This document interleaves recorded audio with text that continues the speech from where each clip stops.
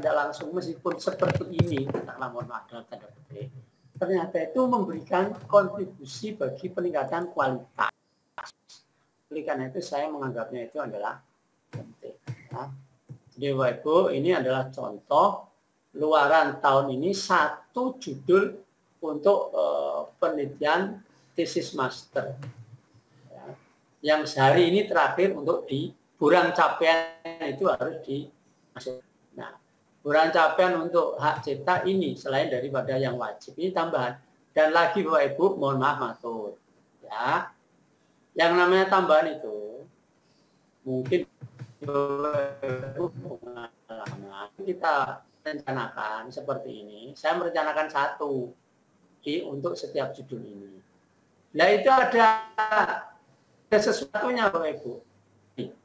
Ya, oleh Simlitakmas itu diakui dan pengakuannya untuk tahun kemarin ya, dan tahun-tahun sebelumnya minimal sama dengan jurnal internasional terindeks Scopus. Nah, dan ini besok saya tak atur gitu. Jadi tambahan itu ada sesuatunya, output tambahan kalau direncanakan. Nah, maka dari itu ya tadi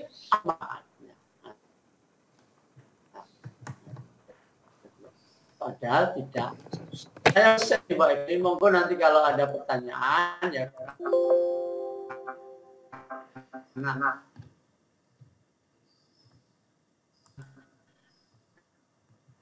di UMA karena saya dari ini maka saya sudah ini dikoordinir.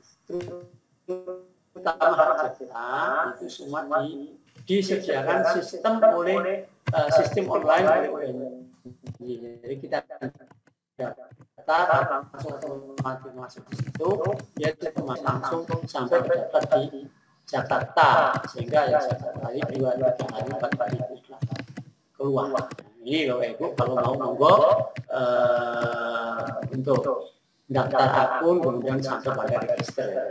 Monggo ya alamat emailnya, alamat websitenya, dan kemudian monggo jenengan ini isi ya seperti biasa sampai pada kemudian Bapak Ibu insya Allah tahu untuk di sini tidak sulit ya. Tentu seperti seperti biasa ngisi apapun yang data-data sekarang ini.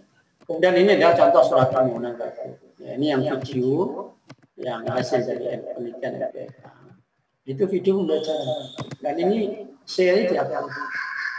Meskipun nilainya tidak banyak tapi diakui minimal 10. Yo bayangkan kalau 10 itu kalau 10 kan ada 100. Ini yang dan saya heran juga Pak. Kemarin itu saya usulkan guru besar itu ya cepat sekali. Intinya 1 bulan. Nah ini saya input Juni itu kelihatannya sudah ada. Nah, intinya adalah cepat. Nah, jadi yang harus diisi itu adalah satu pendaftaran ciptaan, surat permohonan pendaftaran penciptaan. Jadi diisi biasa ini diakses dari tadi. Jadi dengan mendaftar di akun tadi register maka Bapak Ibu bisa mendaftar. Kalau kami, nah ini tersedia di website LPPM. Kami ambil, kami isi. Nah ini satu permohonan pendaftaran ciptaan. Kalau sudah kita isi semua, ya kan biasa yang susah kan ini berapa ini? Urean ciptaan. Nah cerita saya terkait dengan urean ciptaan ya beberapa kalimat. Nah, ini kan mudah itu. Ya. Nah, kemudian yang kedua adalah surat pengalihan hak cipta. Mengapa? Karena ini diuruskan oleh LPPM dan kami dibayari oleh LPPM. Artinya LPPM menyediakan pembayaran ini kelihatan nambah itu ya. Nah, itu sebenarnya berat saya ceritanya itu ya. Harus memberikan biaya administrasinya ya. Dan ini untuk kami di oleh LPPM UNY. Jadi makanya kita alihkan secara institusional ke LPPM ya. Surat pengalihan hak. Tapi di sertifikat sebetulnya masih nggak atas nama kita, cuman tadi hak dialihkan ke LPPM. Kemudian ini adalah surat pernyataan biasa kita isi surat pernyataan bahwa itu adalah ciptaan itu. Kemudian nah itu semua diisi maksudnya itu ya sangat mudah intinya untuk mengisinya karena kemudian ini adalah contoh Ibu yang tadi apa yang dilampirkan. Ini adalah video saya di YouTube, video pembelajaran. Kemudian sebetulnya tadi sudah ada apa yang PDF tadi. Tetapi setidaknya dilampirkan itu dengan bayangkan bahwa penilai itu perlu tahu produk kita. Jangan hanya cerita di PDF tok, tapi di barangnya mana itu buktinya.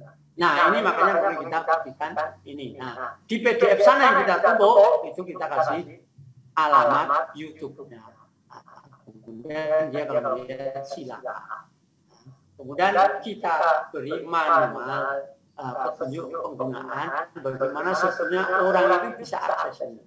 Nah kalau itu gampang, tetapi kalau itu e-book, nah ini agak susah karena dia harus punya player.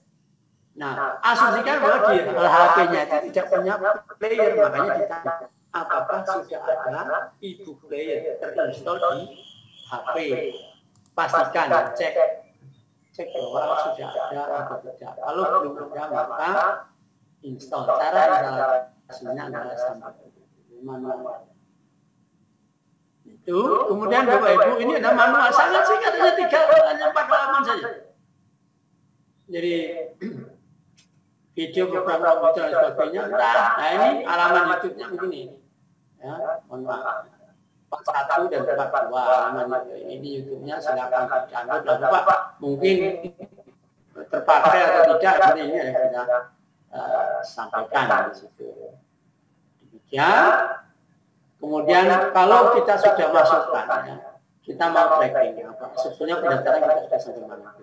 Yang kita masukkan sampai mana? Nah ini tinggal bisa dari lewat. Nah, kemudian Bapak Ibu tinggal pencarian ini apa? Kita ubah ya kalau cita sini. Kita ubah cita. Maka Bapak Ibu kemudian bisa dalam ini tentu mendapatkan. Ini adalah saya tracking ya. Ini tracking saya dari awal sampai ini dan ada sampai 15 halaman, masing-masing halaman itu ada 10. Ya, jadi saya ada sekitar 149. Nah itu di sini ada dalam proses, ada apa namanya diterima gitu ya.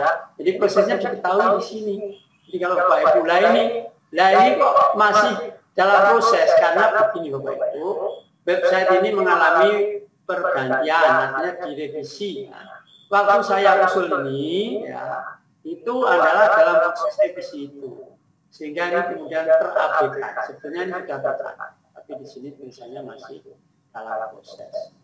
Ini begitu. Terima kasih, Pak Ibu. Jadi ini yang kami hasilkan selama 4 tahun. Jadi saya sampaikan hasilnya kita. Dan ini ya seperti inilah wujud sertifikat yang ini dan saya yakin Pak Ibu memilikinya ya sebagian besar sehingga mengetahui ini persis. Jadi ini tadi di sini pencipta kita nama kita di sini tetap nama saya, tetapi kemudian pemegang hak cipta penciptanya kita pemegang hak cipta karena kalian tadi adalah LPPN. Jika Bapak Ibu mau mengurus sendiri, sebetulnya tidak masalah, tidak lewat LPPN. Supaya di sini ada nama kalian, ya tidak apa-apa juga. Bisa jadi begitu. Namun demikianlah, monggo terserah. Kalau saya kalau baik kita dalam ini pemegang hak cipta institusi, supaya institusi kita adalah baik, artinya kita memberikan sumbangan pada institusi. Baik Bu, ini paten dan saya rasa saya tidak bahas tadi karena asumsinya karena apa ini judulnya dan di situ diantaranya adalah itu. Ya, kalau di UNJ sebagai catatan saja semua ini ada panduan. Panduan untuk pengusulan semuanya itu ada. Ini saya ambil di sana. Bagaimana mengusulkan ini semua ada dari panduan. Jadi mengusulkan hak cipta, paten, dan merek dagang, kemudian itu semua disiapkan oleh WNI sehingga kami itu semacam ya mudah melakukan usulan dan didukung penuh oleh kebijakan universitas dalam hal ini, karena itu tadi mendukung peningkatan itu. Kemudian Bapak Ibu, ini baik saya tidak perlu menyampaikan. Dan proses ini terakhir Bapak Ibu, mungkin nanti dalam diskusi. Proses pengajuan hak cipta ini dapat diatasnamakan oleh diskusi sehingga segala proses pengajuan dilakukan melalui dalam hal ini ya, intinya oleh LPPR. Kami LPPR secara online. Yang ini panduan ada semua. Jadi kalau mau masuk, artinya registrasi ya lewat LPPR kami. Tadi saya sampaikan di atas langsung dari Kementerian Hukum dan HAM, tapi kami itu bisa lewat LPPR, diakses oleh LPPR, kemudian kita langsung bisa daftar dan memperoleh. Kemudian progres dan sebagainya juga kita dapat cek dari sana, kapan dari sana. Saya rasa demikian, mohon maaf atas kekurangan dan sekiranya memang tidak memenuhi apa yang diharapkan saya mohon maaf. Matur nuwun tak kembalikan kepada moderator, dan sekiranya ada diskusi pertanyaan yang dapat kami bahas atau kami jawab, yang tidak kami tunda nanti tak sampaikan di waktu yang lain. Nah, kalau saya terima kasih. Ya, terima kasih. Assalamualaikum warahmatullahi wabarakatuh. Waalaikumsalam warahmatullahi wabarakatuh. Terima kasih Prof atas penyampaian luar biasa, membuat kita semakin paham bahwa ternyata banyak sekali hak cipta yang bisa kita dapatkan di bidang pendidikan. Dan saat ini masuk pada sesi diskusi di mana telah banyak pertanyaan yang Bapak Ibu ajukan terkait dengan komentar yang beliau lakukan.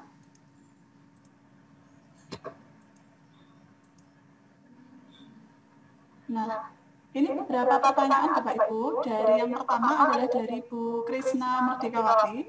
Pertanyaannya adalah, hal apa saja yang perlu di mahasiswa bimbingan? Monggo Prof, mau dijawab satu-satu apa Prof?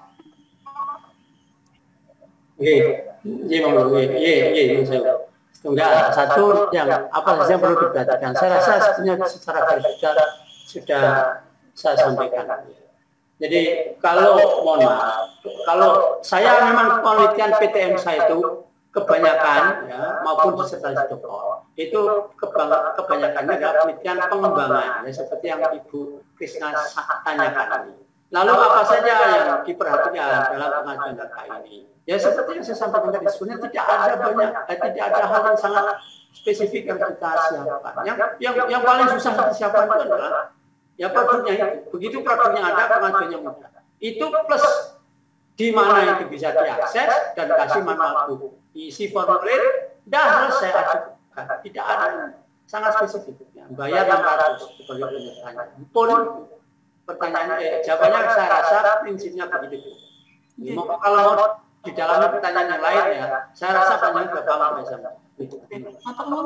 Yang kedua adalah apakah instrumen penelitian yang sudah tervalidasi, misalnya angket minat belajar dan sebagainya, dapat diajukan ke dalam ini sudah saya sampaikan screenshotnya. Loh itu hanya begitu saja, mohon maaf. Saya mengatakan hanya begitu karena itu milik saya. Nah, hanya begitu saja itu sudah bisa diciptakan, hak ciptakan. Jadi itu adalah instrumennya saja untuk penelitian. Karena tidak penelitian, ada variabel terikat misalnya 2. Maka kemudian kita punya 2 instrumen tervalidasi. Tak jalan semuanya dikabulkan. Jadi jawabannya bisa. Kemudian pertanyaan yang kedua dari Bapak Thoriqul Huda dan Ibu Yuli Rohami, kebetulan pertanyaannya sama Prof. Untuk video yang diupload di YouTube, apakah dapat diajukan untuk memperoleh HKI? Kalau misalkan bisa, kriterianya seperti apa Prof? Ini yang jawabannya ya mudah bisa tadi. Tetapi yang jawabannya saya itu kriterianya seperti apa? Bapak Ibu yang hormati, saya membuat atau mengembangkan video itu juga sepanjang yang saya tahu. Di dalam satu kegiatan proses belajar itu, yang hal penting perlu diperhatikan adalah satu, ada objek atau materi pembelajaran, kemudian ada interaktivitas, dan yang ketiga itu adalah ada delivery sistemnya. Lalu terkait dengan pembelajaran video dalam hal ini, itu kriterianya seperti apa? Secara khusus saya rasa tidak ada. Tetapi yang penting adalah bahwa disarankan ada interaktivitas sehingga video jenengan itu bukan hanya video biasa-biasa saja. Yang jelas video ini ada bukti itu sudah divalidasi. Jadi validasinya itu maka di situ harus menurut saya ini termasuk di dalam lampiran ajuan kita. Jadi hasil validasi video ditandatangani oleh validator. Validasinya siapa? Ya satu ahli kontennya. Kalau videonya itu isinya, kalau saya misalnya laju reaksi ada ahli di itu. Kemudian selain ahli kontennya atau materi itu, kemudian mungkin ahli instrukturalnya. Yang namanya ahli itu dengan pertimbangan sendirilah. Pokoknya kalau ada profnya gitu langsung wah oke bagus gitu kan. Meskipun menurut saya itu adalah ini kan eye catching itu ya, artinya baru lihat begitu, oh ya ini orangnya yang begitu udah bagus gitu kan. Jadi katakanlah begitu, ya, dengan pertimbangan sendiri siapa yang jenengan anggap ahli ini. Karena sebetulnya secara administrasi ya, secara substansi, kalau kita katakan ahli itu dia punya suatu kelebihan. Jadi kalau misalnya ahli, misalnya multimedia, ya, kok yang kemudian diminta itu saya, gitu. Sebetulnya itu tidak bisa. Jadi itu asumsi bahwa saya ini seorang ahli. Sebetulnya ahli itu di belakangnya itu ahli misalnya multimedia atau TI gitu. Di belakang dia punya titel profesi. Ahli itu. Nah ini mantap itu untuk dijadikan ahli dalam hal ini. Tetapi di kami di UNJ itu ya kemudian saya ini diasumsikan ahli multimedia, gitu loh, Pak. Jadi mohon maaf, saya sampaikan begitu supaya kita paham maksudnya. Jadi itu divalidasi oleh ahli materi, ahli multimedia, kemudian ahli instruksional. Nah itu ada buktinya tanda tangani begitu. Kemudian videonya di YouTube itu, kemudian ya sudah plus manual, insya Allah sudah bisa. Nah jadi yang artinya perlu Bapak Ibu ketahui bahwa penilai mungkin tidak paham dengan konten yang kita ajukan. Oleh karena itu dia akan menilai itu dari sisi secara umum. Misalnya video ya tadi video ngomong melungguh tok ngomong dicatatkan mungkin begitu. Tapi ketika ada sesuatu yang berbeda, maka itu kemudian diakhiri video ini. Nah sebagai contohnya bolehlah kami share sebenarnya video saya itu juga saya itu ngantuk itu. Artinya saya bicara di video itu sedih itu.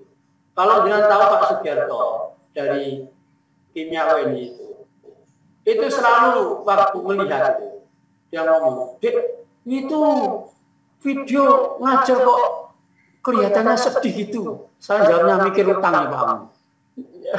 Jadi maksudnya adalah Bapak Ibu intinya adalah monggo penjelasan yang mempertimbangkan supaya kelihatan bagus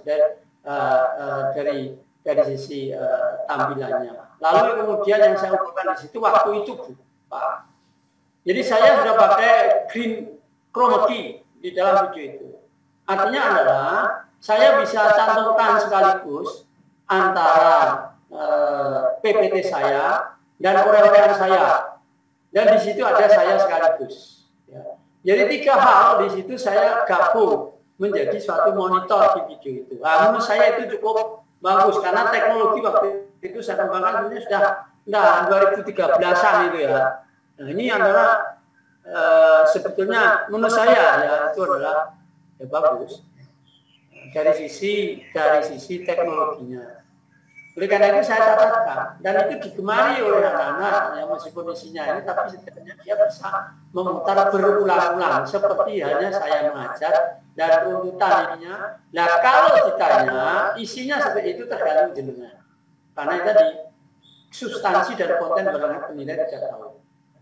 Oleh karena itu, karena Pak Profianto tahu, beliau itu memberikan saran di penilaian kualitatif. Wah, ini belum ada aplikasinya, Pak. Ini video yang ngomong teori gitu. Nah, karena beliau paham. Tapi kalau penilaian di sana mungkin tidak paham. Jadi begitu Bapak Ibu. Pertanyaannya kira-kira ya biasa. Jawabannya yaitu videonya, buku manualnya, kemudian kevalidan, bukti kevalidan daripada video. Demikian, terima kasih Pak.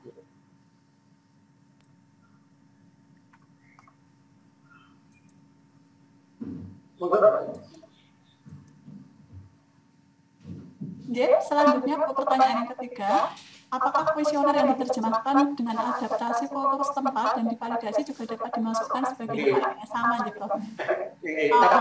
Tapi kalau ini kaitannya dengan apa namanya mengambil milik orang atau apa itu plagiasi. Maksudnya itu sebenarnya ini pertanyaan itu terkait dengan plagiasi. Jadi kalau itu kuesioner, ini kan mengadaptasi, artinya kan dikembangkan oleh orang lain.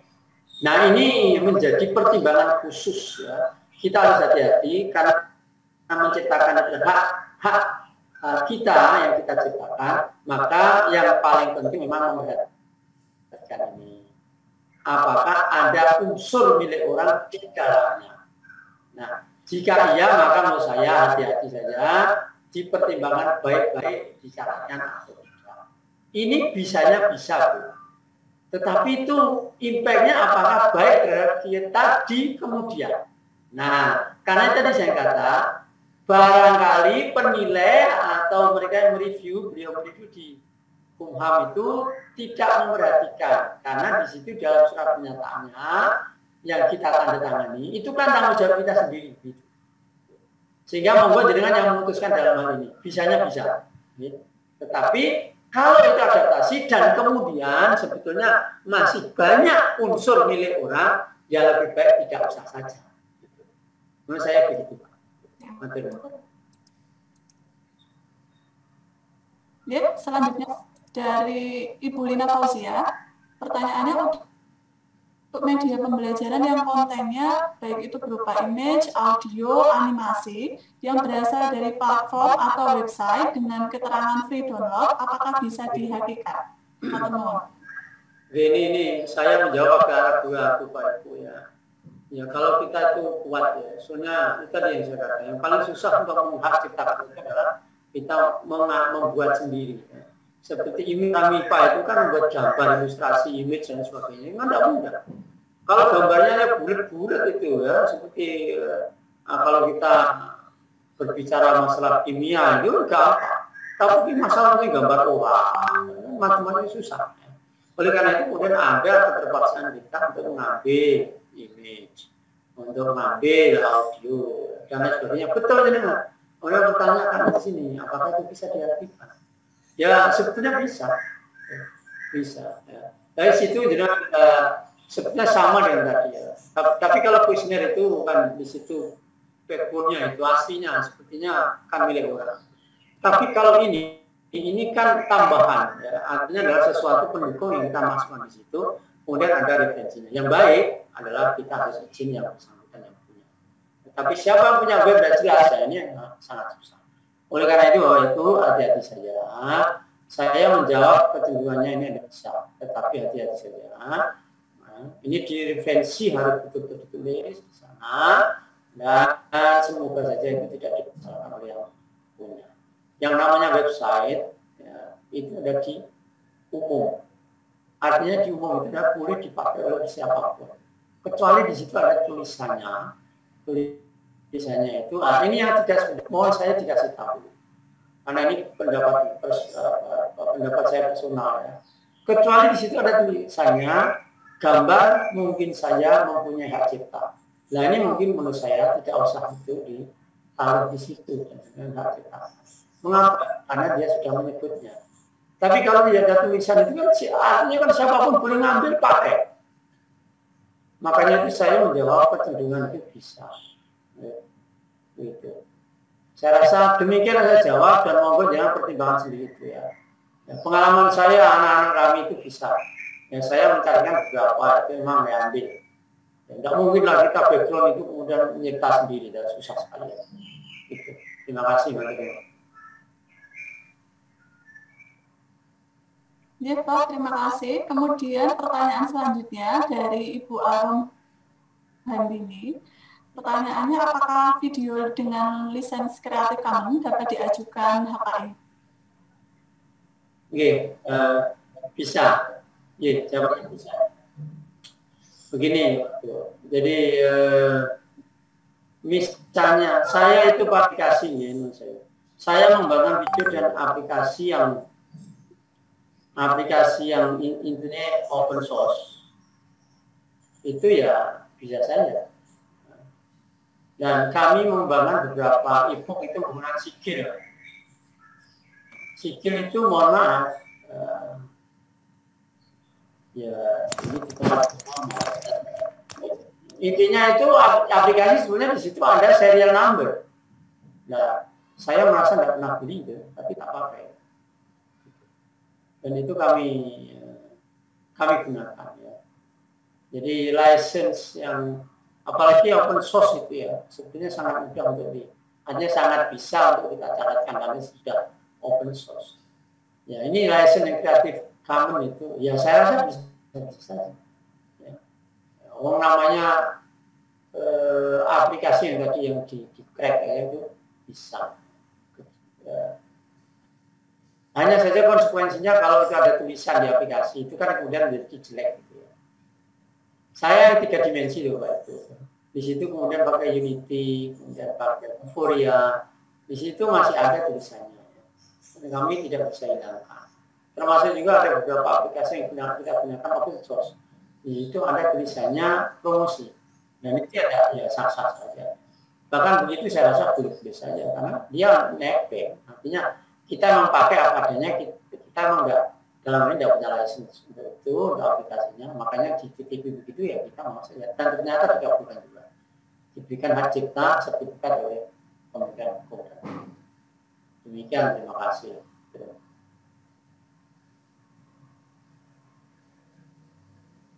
Selanjutnya dari Bu Yulia Andriana, pertanyaannya adalah, nah ini sudah sebenarnya, apa saja kriteria yang bisa diajukan di pihak lain? Oke, jawabannya. Saya rasa setiap yang saya ini di atas dengan PP 2 jenis apa saja itu bisa diajukan. Tadi jenis-jenisnya banyak itu sampai 20 atau berapa. Nah, lalu bentuknya diajukan tadi sudah saya sampaikan. Lalu kriteria untuk masing-masing itu seperti apa? Itu tadi jawaban saya adalah yang penting valid. Jadi kalau mohon maaf ya, kalau Ibu ini misalnya dosen dan itu memberikan soal tes, nah tes ini harus divalidasi. Validasinya adalah ke teman, artinya adalah kami terkait dengan konten itu, atau validasi empirisnya. Validasi empiris di mana? Ya, kita dari ujian mahasiswa itu kita analisis. Nah itu kemudian kita lampirkan. Di antaranya hasil validasi itu. Jadi ini hanya salah satu contoh. Video pun begitu, kita lampirkan di lampirannya tadi masih kurang ya. Di situ ada produknya, kemudian panduan.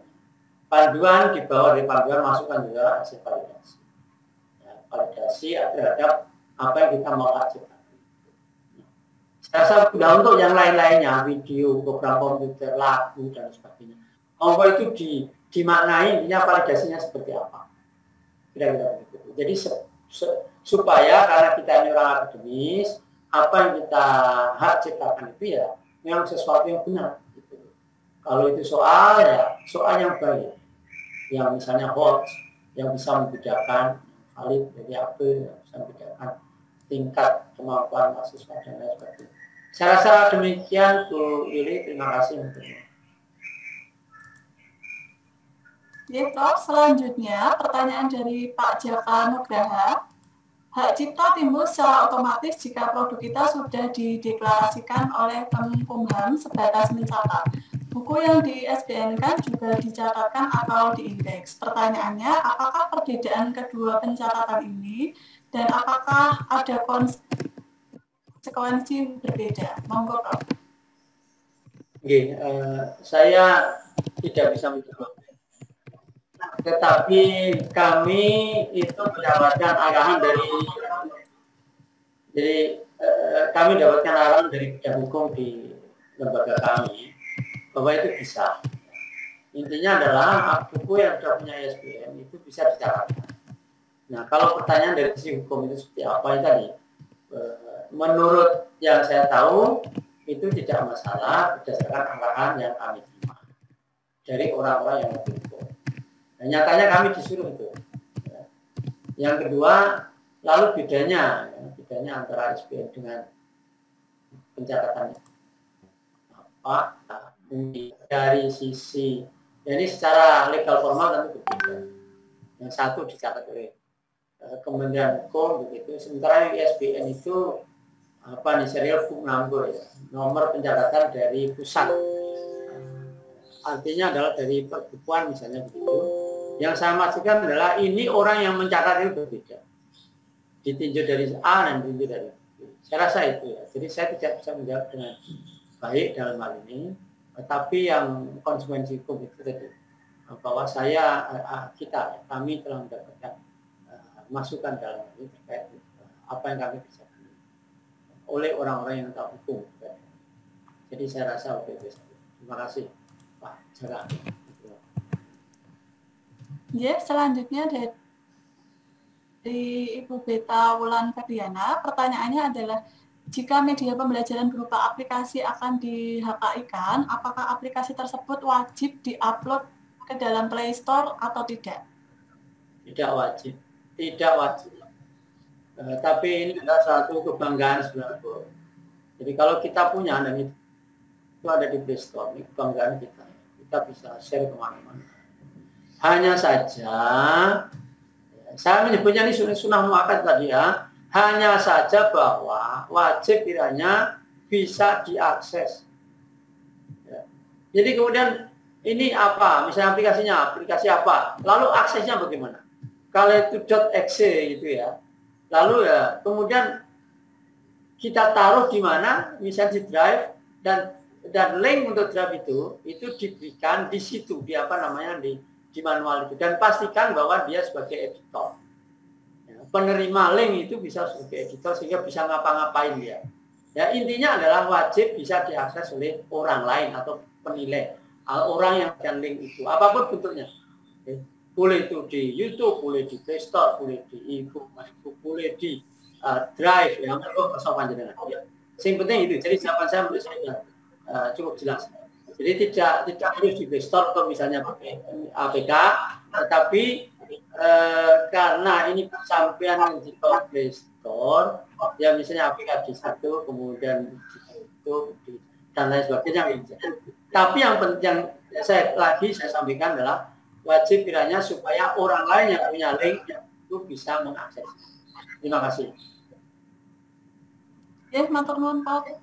Selanjutnya adalah dari Ibu Eni Yulianti, pertanyaannya adalah jika Darter berupa tahapan-tahapan membuat ramuan, lampiran berupa YouTube, maka isiannya apa linknya, Prof? Ya. Ini tahapan membuat ramuan. Begini Bu, ya. Saya rasa jenengan ini punya video ya, karena itu ditaruh di YouTube. Maka isiannya artinya di formulir itu nggih. Di formulir itu jenengan isi link itu.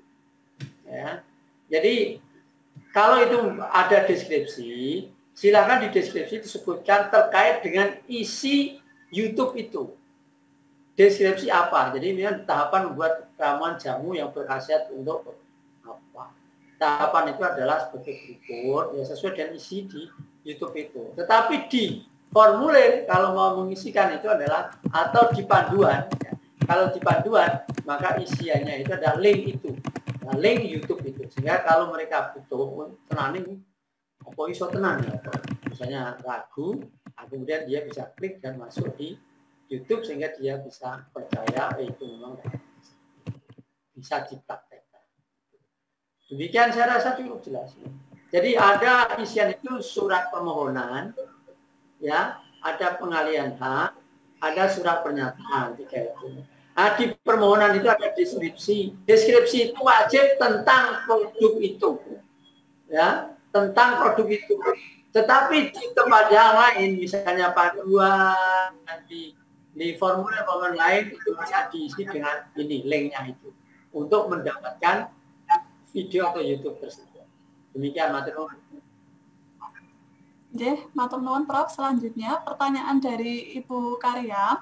Untuk suatu video pembelajaran, apakah ada kriteria khusus yang harus dipenuhi, misalkan lama waktu dan lain-lain? Untuk durasi tidak ada ketentuan, Ibu. Monggo saja. Mohon maaf, saya perlu cerita begini, Pak Ibu. Kepuasan itu memang tergantung pada setiap diri orang yang mengusulkan. Saya sungguh tercengang ketika saya main ke ISI. Pak Cipta itu membuatnya itu sangat susah. Karena dia mau menciptakan tarian. Jadi itu kan hasil pemikiran dan partai yang luar biasa. Mencatatnya juga sangat panjang berlembar-lembar gitu. Karena dia tulis di apa itu tarian, itu maknanya dan sebagainya. Nah itu dibandingkan dengan punya saya yang misalnya di video sederhana ya. Nah makanya ini tergantung dari yang pengusul itu, kemaraman itu. Yang baik itu seperti orang tadi. Ya, beliau itu begitu detail. Nah, tetapi karena kami di sini pendidikan dan merasa bahwa memang seperti video pembelajaran ini layak juga kita share gitu loh. Kita catatnya layak juga karena itu ada suatu pembelajaran yang mungkin baik untuk bisa digunakan oleh orang lain. Dan itu saya menciptakan, maka saya ciptakan. Lalu lamanya berapa? Ya sampai mencapai tujuan itu. Video ini tujuannya apa? Membuat jamu ya sampai pembuatan jamu itu kalau mengikuti berhasil. Lama waktunya ya sampai itu tadi. Sampai berhasil itu. Nah, oleh karena itu kemudian saya katakan tergantung dari tujuan buatan video, lamanya monggo besok pengusul pertimbangan. Hanya saja dalam ini pertimbangkan YouTube itu maunya di sini berapa. Artinya durasi untuk YouTube zaman dulu itu tidak bisa lama, hanya 10 menit atau 15 menit. Yang dulu sekarang ternyata lebih panjang. Tetapi itu ada aturan di YouTube itu. Begitu. Jadi oleh karena itu kemudian punya saya tak bagi-bagi dulu karena hanya 15 menit, butuh 30 menit berarti ada 2 jadi 1, butuh 90 menit berarti menjadi 3 video, 1 catatan sertifikat. Ya, begitu Bu ya, saya rasa tahu dengan yang saya maksud. Matur nuwun Prof. Selanjutnya pertanyaan dari Bapak Agus Setiono, jika suatu produk sudah terdaftar di HKI, lalu karena suatu hal ternyata produk tersebut harus direvisi kembali, bagaimana status HKI yang sudah terdaftar, Prof? Apakah setelah produk direvisi boleh didaftarkan kembali? Mohon maaf, saya tidak punya pengalaman ini. Dan di dalam aturannya itu saya juga tidak menemukan. Sebetulnya ini adalah kebijakan. Saya rasa orang dari yang tahu tentang aturan tersebut, namanya Kemenkom, yang mungkin perlu menjawabnya. Dari sisi logika saya, ini kan misalnya ada kesalahan di situ dan sudah ini kan berlaku 50 tahun. Ya, artinya sertifikat itu berlaku selama 50 tahun. Kalau kita mau merevisi ya barangkali di situ ada tulisan revisinya. Apakah kemudian ini bisa atau tidak tergantung yang memberikan. Jadi menurut saya ini perlu diajukan lagi dengan catatan ini adalah revisi. Sehingga kemudian dari situ kepada pemegang, pemberilah dikasih atau tidak itu ya monggo beliaunya. Saya tidak bisa menjawab pasti bagaimana prosedur boleh tidaknya. Tapi menurut saya patut juga dicoba. Jadi misalnya kalau merasa itu salah, ya menurut saya ajukan lagi ciptaan revisi dari produk bercatat nomor sekian. Selanjutnya nanti kemudian itu dikabulkan atau tidak, atau ditolak. Ada saya yang ditolak. Dari sekian ratus, dari sekian yang saya usulkan itu ada beberapa, ya, 3 atau 4 yang ditolak. Jadi bayangkan saja, sangat kecil. Katakan 5/150 itu kan berapa? Sangat kecil yang ditolak. Nah ini pun begitu Mas saya, Bapak tinggal mengusulkan saja. Selanjutnya kemudian itu diterima atau tidak. Itu adalah beliau yang di Kemenhukam yang mereview dan memutuskan. Demikian, terima kasih. Ya, selanjutnya Prof. Dari Bapak Zudi Hadiono, pertanyaannya adalah, jika sebuah buku sudah ber-ISBN dan di dalamnya memuat gambar atau simbol yang berhubungan dengan nilai-nilai sosial ekonomi, apakah dapat dikategorikan dalam hak cipta? Matur nuwun, Prof. Oke, matur nuwun. Ini juga pertanyaan yang bagus. Karena segala sesuatu yang bernilai ekonomi ada lisan. Nah, pertanyaan saya berbalik itu. Kalau di ISBN itu sama dengan berarti kalau itu bernilai ekonomi. Misalnya ada logo tertentu. Kan kok boleh gitu. Artinya kalau di ISBN boleh itu ya saya rasa di catatan itu ya di hak cipta saya rasa boleh gitu. Nah, jadi kalau itu ada simbol-simbol yang berhubungan dengan sosial saya rasa tidak masalah. Saya mendasarkan diri pada ISBN yang ada itu. Kan sama sebetulnya. Ya, beredar secara umum, ya, artinya bisa dilihat, diperhatikan, dan dimiliki oleh orang dan secara umum. Oleh karena itu saya rasa sama dengan itu. Dia juga tidak menjadi masalah. Itu yang sebatas mungkin dari logika saya. Terima kasih. Ya, terima kasih Prof. Selanjutnya dari Rizal, mahasiswa Magister Akuntansi. Pertanyaannya adalah, apakah bisa mendaftarkan sebuah program buatan yang digunakan untuk proses pencatatan dan pembukuan akuntansi yang digunakan secara komersial, tetapi program tersebut dibuat melalui media perantara seperti Microsoft Excel atau Access. Bagaimana cara mengajukannya agar bisa dipatenkan tetapi tidak digugat oleh pihak Microsoft? Terima kasih, Prof.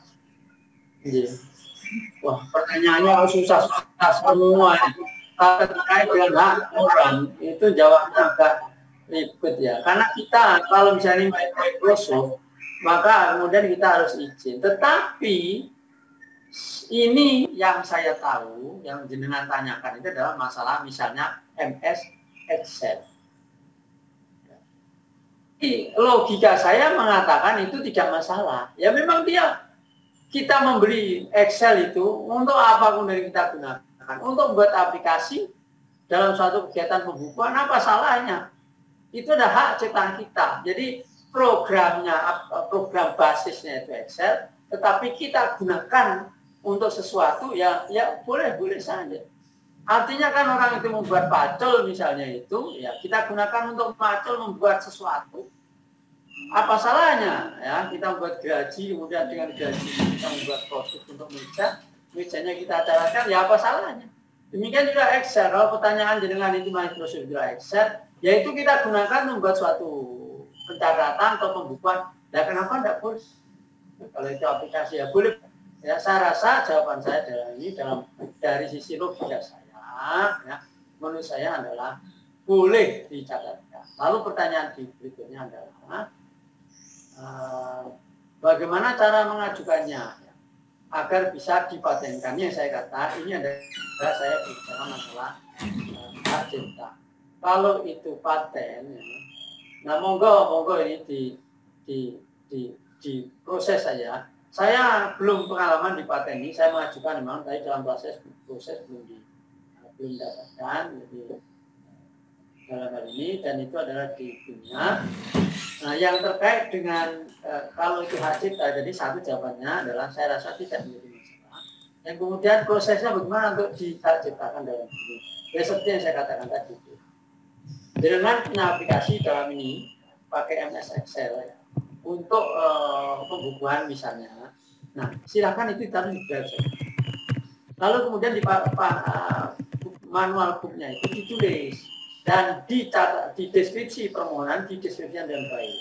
Lalu kemudian di manualnya ditulis bagaimana itu bisa diakses dan bisa dipraktekkan, diinstal dan dipraktekkan. Jadi saya rasa itu jawaban umum, tapi menjawab semua pertanyaan semacam ini. Bagaimana mengajukannya itu kira-kira begitu. Ya, jadi satu produknya, ya. Yang kedua surat permohonan, yang ketiga kalau kita mau mengalihkan ke kuasa dan pengalihan, yang keempat itu adalah surat pernyataan. Yang kelima itu adalah buku panduan bagaimana orang menilai, orang umum itu bisa melihat, merasakan, menggunakan, mencoba. Tapi caranya terserah Anda. Jadi yang pikirkan itu. Misalnya kalau Excel ini, wah ini punya saya. Sudah bagaimana nih supaya bisa diakses? Nah, misalnya lewat Drive. Nah, kemudian dengan sampai kasih link itu orang bisa akses. Nah ini misalnya seperti itu. Demikian, terima kasih. Dia matur nuwun, Prof. Luar biasa sekali ini antusiasme dari Bapak Ibu peserta workshop pada pagi hingga siang hari ini. Monggo Bapak Ibu jika masih ada beberapa pertanyaan yang Bapak Ibu hendak ajukan karena masih ada waktu, bisa langsung untuk mengaktifkan mikrofonnya, bertanya langsung kepada Prof. Jaslim. Monggo, saya persilahkan. Mbak. Halo, Mbak. Nggih, monggo. Assalamualaikum Pak Jaslim. Waalaikumsalam warahmatullahi wabarakatuh. Menarik sekali Pak apa yang disampaikan tadi itu. Itu hal yang ditanyakan. Nah, kalau saya mau mendesain satu alat, katakanlah memotong sayuran dari elektrik. Jadi kita memodifikasi saja yang sudah ada. Yang sudah ada itu barangkali modelnya berbeda. Katakanlah bedanya modelnya ke atas, kita sekarang buat ke bawah dengan efisiensinya yang lebih bagus. Nah itu bisa dikatakan sebagai hak cipta. Gitu. Pak, saya menyarankan sepertinya ini kata masuknya di lebih ke paten, Pak. Oh begitu.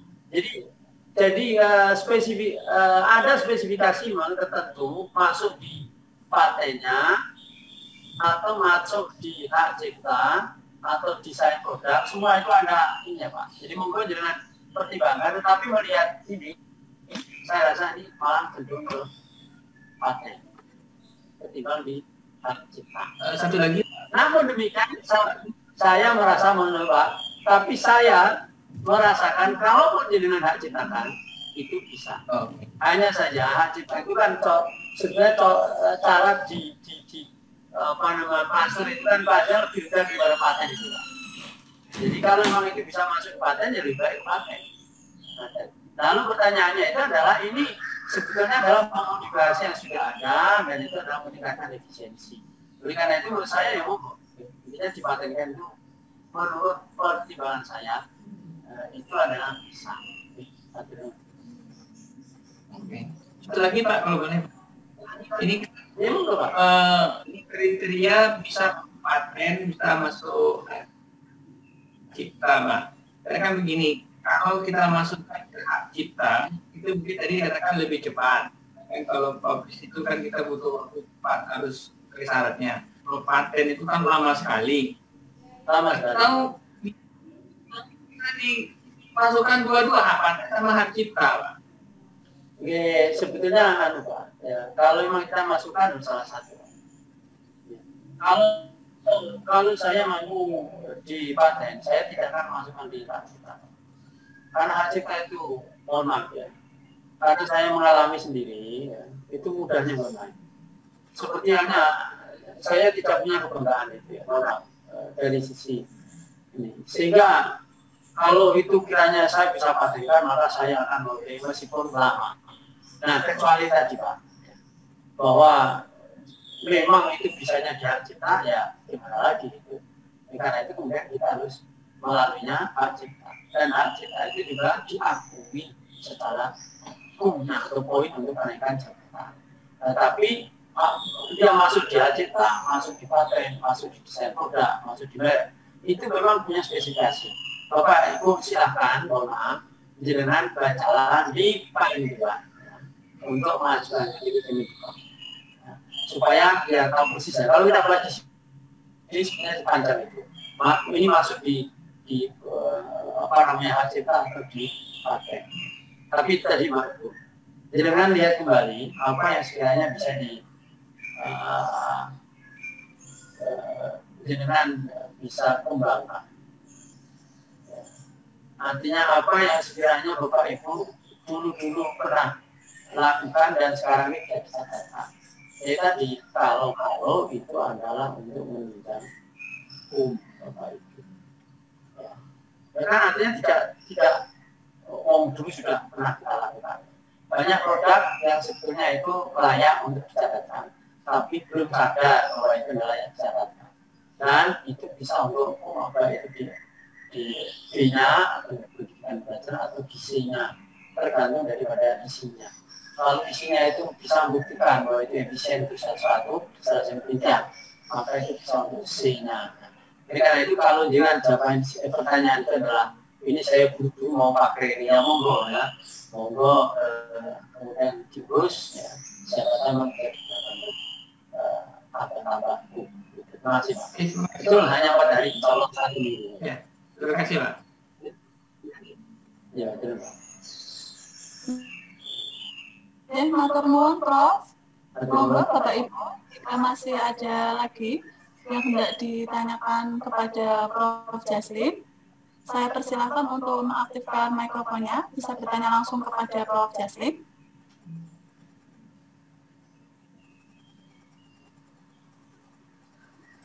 Masih ada Bapak Ibu? Tidak? Oke. Saya rasa cukup untuk sesi diskusi hari ini. Terima kasih sekali Prof. Jaslin atas sharing ilmunya yang luar biasa sekali pada kesempatan hari ini. Semoga sharing ilmu yang Prof. Jaslin lakukan bisa menjadi bagian dari amal jariah Prof. Jaslin. Berikut ada sedikit apresiasi Prof. dilakukan kepada Prof. Jaslin berupa sertifikat yang diberikan kepada Prof. Jaslin sebagai tamu workshop hak kekayaan intelektual di bidang pendidikan. Matur nuwun sekali Prof. Jaslin, semoga sehat selalu. Dan amin. Dan bisa berkesempatan untuk mengikuti dan berjumpa kembali dengan Prof. Jaslin pada kegiatan-kegiatan yang berikutnya. Matur nuwun sekali lagi Prof. Jaslin atas kehadirannya. Nah, terima kasih Bapak Ibu hadirin peserta dari workshop pada siang hari ini. Kita sudah sampai di penghujung acara untuk pemaparan materi dan diskusi. Saya moderator memohon maaf apabila dalam membersamai Bapak dan Ibu terdapat banyak kekurangan. Akhir kata, mengutip dari tema untuk peringatan Hari Kekayaan Intelektual ke-20 pada tahun 2020 ini, marilah kita senantiasa menjaga kesehatan dalam persatuan, tetap kreatif dan inovatif. Wassalamualaikum warahmatullahi wabarakatuh. Saya kembalikan ke Waalaikumsalam warahmatullahi wabarakatuh. Baik, terima kasih kepada Prof. Jaslin yang telah menyampaikan materinya dan juga Bu Artina yang telah memandu sesi pemaparan materi pada pagi hari ini. Alhamdulillah, Bapak Ibu yang kami hormati, tibalah kita pada penghujung acara, yaitu penutup. Marilah kita tutup acara pada pagi hari hingga menjelang siang hari ini dengan membaca tahmid bersama-sama. Alhamdulillahirabbil alamin. Semoga acara pada pagi hari ini dapat memberikan manfaat kepada kita semua. Amin. Saya selaku pembawa acara mengucapkan terima kasih atas perhatiannya dan saya memohon maaf apabila selama saya memandu acara pada pagi hari ini terdapat kesalahan. Kurang lebihnya mohon maaf. Sekian, wassalamualaikum warahmatullahi wabarakatuh. Waalaikumsalam warahmatullahi wabarakatuh. Matur nuwun, Prof. Matur nuwun sanget lho, sewu kalau pangkat, sewu kekurangan. Monggo, assalamualaikum.